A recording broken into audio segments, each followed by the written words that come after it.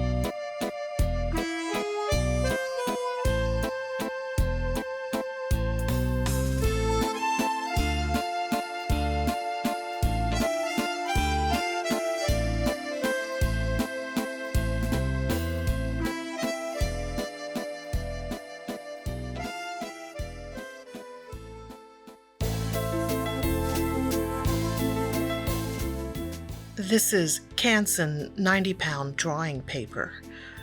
I don't currently have a sketchbook for drawing, so I cut down an 18 by 24 sheet from a pad for this practice session.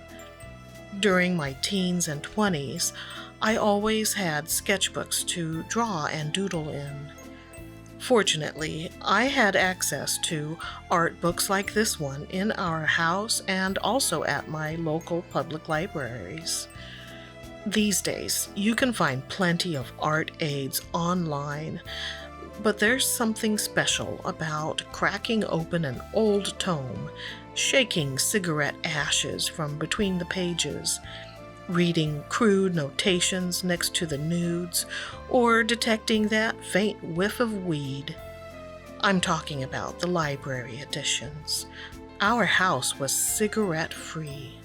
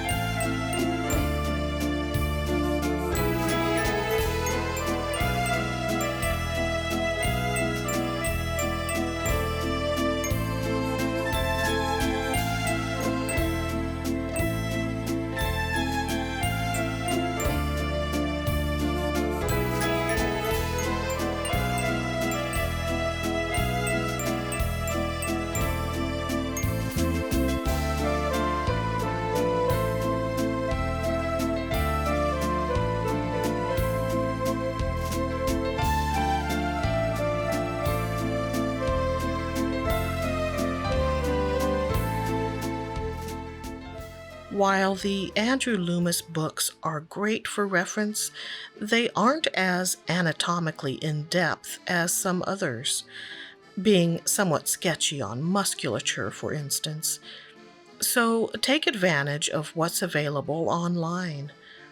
I recommend Stan Prokopenko's YouTube channel called Proko.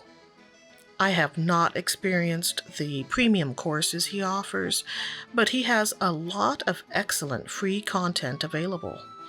A link will be in the description.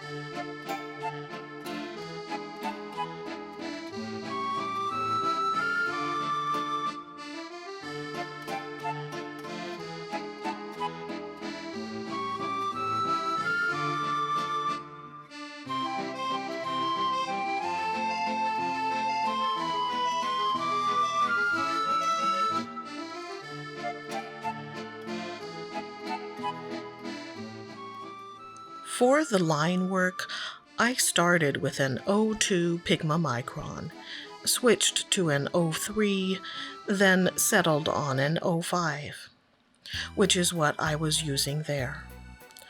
I wish I'd left it as a pencil sketch, though. It looked better that way.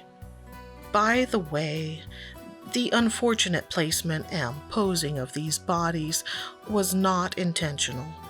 I may not be averse to some naughty sketching now and again, but those are for the shoebox under the bed.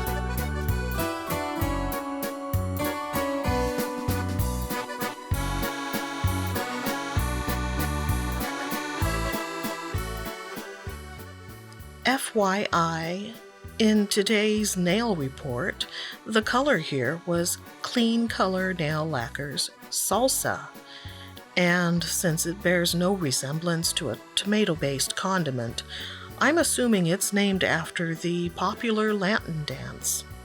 Coincidentally, it kinda looks like these two are almost having the time of their lives. Yeah, the Loomis style could come across as a tad staid at times, whereas Bern Hogarth was all about action poses.